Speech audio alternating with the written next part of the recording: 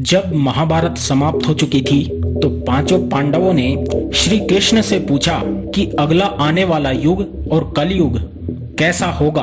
तो श्री कृष्ण ने उस समय 5 पांडवों से कहा कि तुम जाकर जंगल में घुमाओ और तुम्हें जो भी चीज दिखे उसका आकार वर्णन मेरे सामने करो। पांचों भाई वन में चले जाते हैं और उन्होंने वन में जो देखा उसे देखकर वो आश्चर्यचकित रह गए। आखिर उन 5 भाइयों ने वन में ऐसा क्या देखा और श्री कृष्ण ने इसके पीछे क्या जवाब दिया, ये जानने के लिए वीडियो को एंड तक जरूर देखें।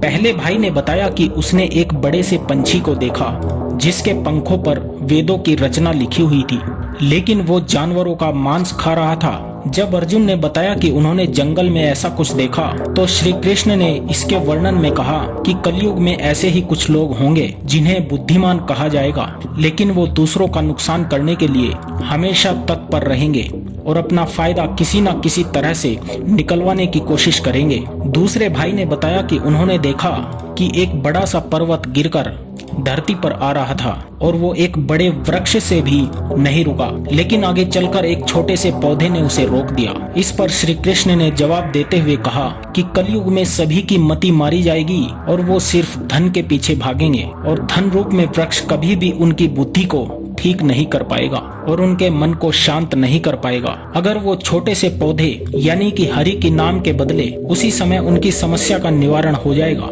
और कलयुग में मन को शांति मिलेगी। इसके बाद आगे चलकर भीम ने एक ऐसी गाय देखी जो अपने बच्चों को इस कदर चाट रही थी कि उसके जिस्म से रक्त बहने लगा, जिसे देखकर भीम हैरान हो गए और जैसे इसका अर्थ स्पष्ट करने को कहा।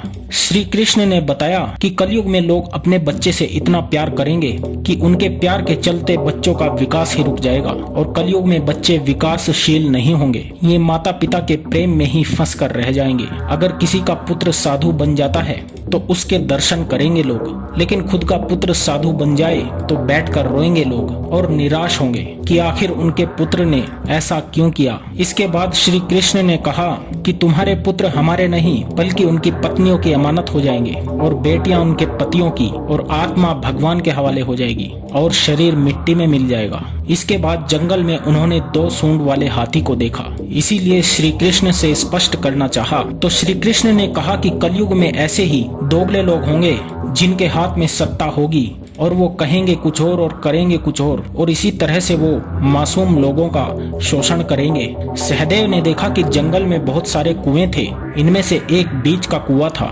और वो खाली था। श्री कृष्ण ने इसका अर्थ स्पष्ट करते हुए कहा कि कलयुग में लोग अपनी पुत्रियों के विवाह में बाकी अन्य भावी चीजों में पैसे खर्च करेंगे, लेकिन अगर किसी गरीब और भूखे व्यक्ति को देखेंगे तो उसे दान नहीं देंगे। दोस्तों, ये श्री कृष्ण जी की भविष्यवाणियां जो लगभग सच हो चुकी हैं कलयुग में। अगर आप इस बात से सहमत हैं तो कमेंट बॉक्स में लिखकर जरूर बताइए और साथ ही साथ ऐसे और भी इंटरेस्टिंग वीडियोस को देखने के लिए हमारे चैनल को सब्सक्राइब करें और बेल आइकन को भी दबा दीजिए। धन्यवाद।